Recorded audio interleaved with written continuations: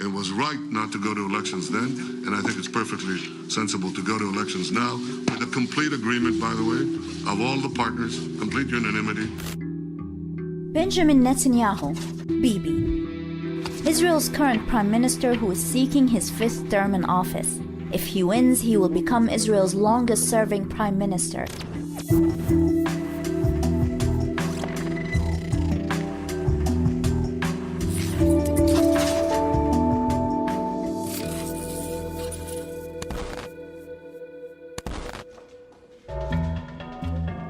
Netanyahu has been the face of Israeli politics for decades and one of its most controversial.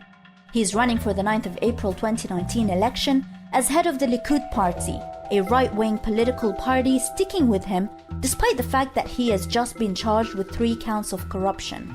Israel's Attorney General said today he intends to indict Israeli Prime Minister Benjamin Netanyahu for corruption. If indicted, this will be the first time an Israeli Prime Minister will face criminal charges.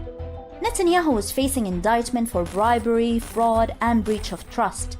From accepting gifts of Cuban cigars and pink champagne to striking secret deals in return for positive press coverage.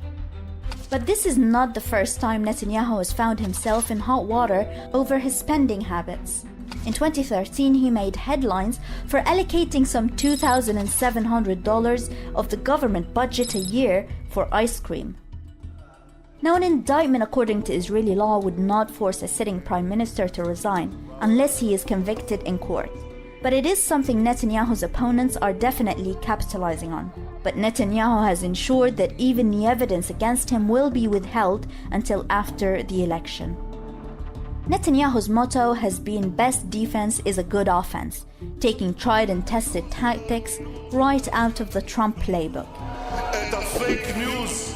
Netanyahu is a close friend of US President Donald Trump, who against the will of the international community unilaterally moved the US embassy from Tel Aviv to Jerusalem and recognized the holy city as Israel's capital, disregarding any Palestinian claim to the city. Likud has even used Trump's face in its own campaigns, proclaiming that Netanyahu is in another league. While Trump's election scapegoated Muslims and Mexicans, Likud's slogan has hit out against Israel's nearly 1.8 million Palestinian citizens. It's either Bibi or Tibi. That's Likud's slogan, using Arab-Israeli politician Ahmed Tibi to scaremonger the Israeli public into voting Likud in order to avoid a left-wing government supported by Arab-Israeli parties. Netanyahu is also working with extremist far-right parties like Otzma Yehudit, or Jewish Power, which he may need to form a coalition.